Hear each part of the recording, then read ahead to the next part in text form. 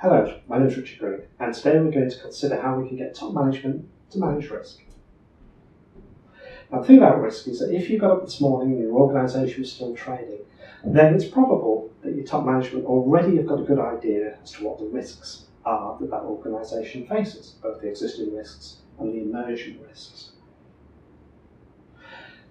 In terms of QMS specifically, what types of risk do we need to be concerned with? Well, we need risks that have the potential to impact our organisation's ability to consistently provide customers with conforming products and services. The risks that have the ability to impact our organisation's ability to meet statutory and regulatory requirements, and any risks that have the ability to adversely impact the organisation's ability to enhance customer satisfaction. These are the areas that we need to consider risk for. So from a 2015 perspective, what's top management's role in respect of managing this type of risk?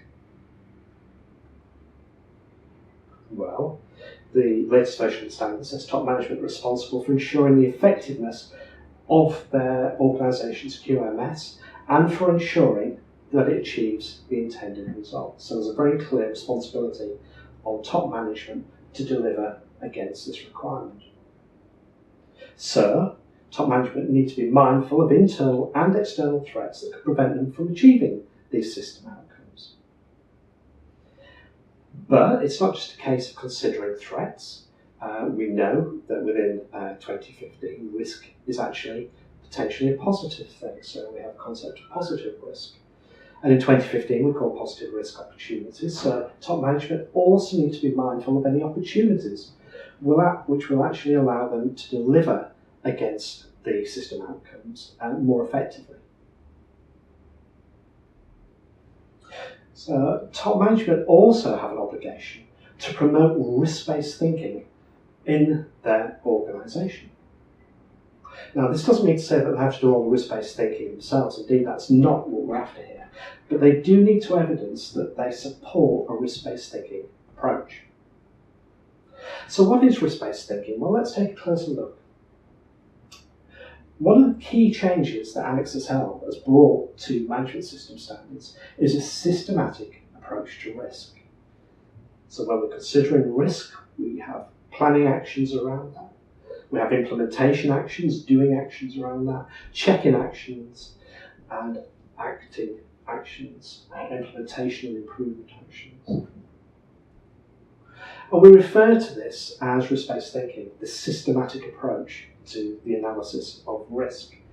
Very helpfully in the introduction to 2015, there's an overview of what risk-based thinking is. And if you haven't read this, it's very good for those who are new to the subject. Now, risk-based thinking isn't new. It was actually implied in the previous version of the standard, and it appeared in the form of preventive action. Preventive action was right at the end of the standard, and people tended to think that you only did preventive action as a last resort, as the last thing you needed to do. But actually, preventive action was something that you should have been doing all the way through the system, not just right at the end of the production or the service delivery process. So we had an implicit risk-based thinking built into the 2008 version of the standard. With the 2015 version of the standard, risk-based thinking is now explicit. It's very clear that this is what we need to do. So why do we need to risk-based think? Well, the standard tells us that different processes within our production or service delivery operation carry different levels of risk. They're not all the same. They each have a different capacity to impact on our organisation's quality objectives and outcomes. And what we need to do, the standard tells us, is we need to focus our efforts on the critical processes and consider how they might fail or how they might be improved. And the standard also tells us that the consequences of experiencing a process or product or service failure isn't the same for all types of organisation. So you'd therefore expect to see a greater degree of risk management being conducted in a nuclear power station environment than perhaps in a dog grooming business. And so too would your auditor. So where is risk-based thinking required in the standard? Well, actually, the answer is pretty much everywhere. So we see it in clause 4, which is context. And here we're required to determine the processes required for the operation of the QMS and the risks and opportunities associated with these processes.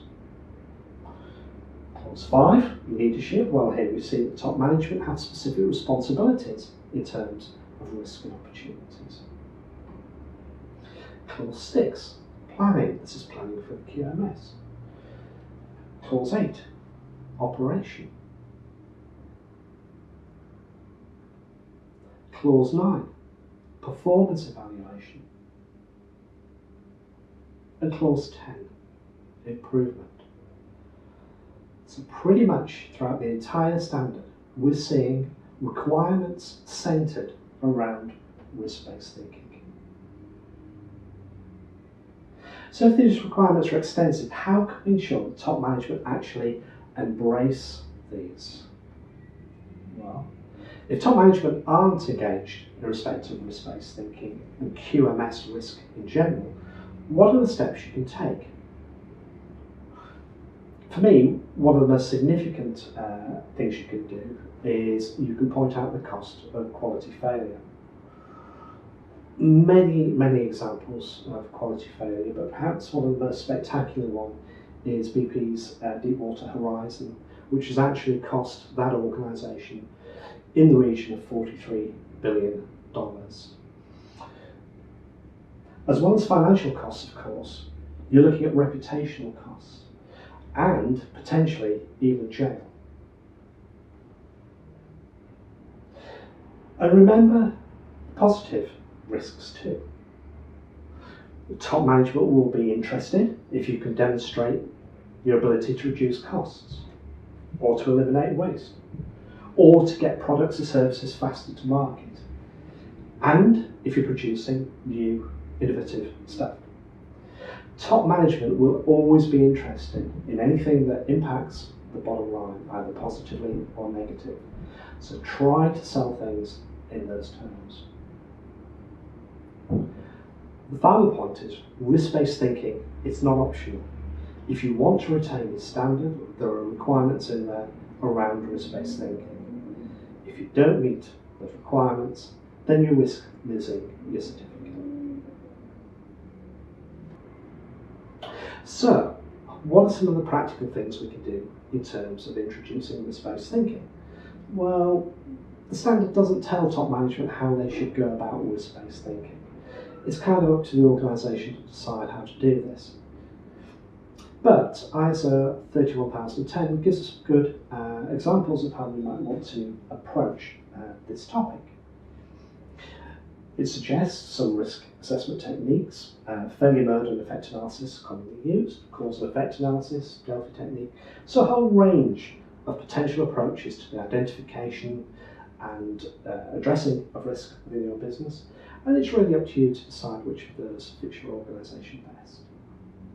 So, which one's going to work best for you? Well, when you're selecting a risk management methodology, ensure, first of all, that it enables the requirements of 2015 to be met. If it doesn't enable you to meet the requirements of the standard, it's not fit for purpose. Make sure it's straightforward to use. It shouldn't be so convoluted that people are unable to actually carry out the identification and assessment of risk. It needs to be straightforward enough for your business to work with. Make sure it's not cost prohibitive to use. If it takes days every month to carry out this assessment, then it's really not the assessment method for you. Make sure it gives consistent and repeatable results. Universally apply your method across all of your functions. So functions looking after the same risk, make sure that they are managing that risk in the same way.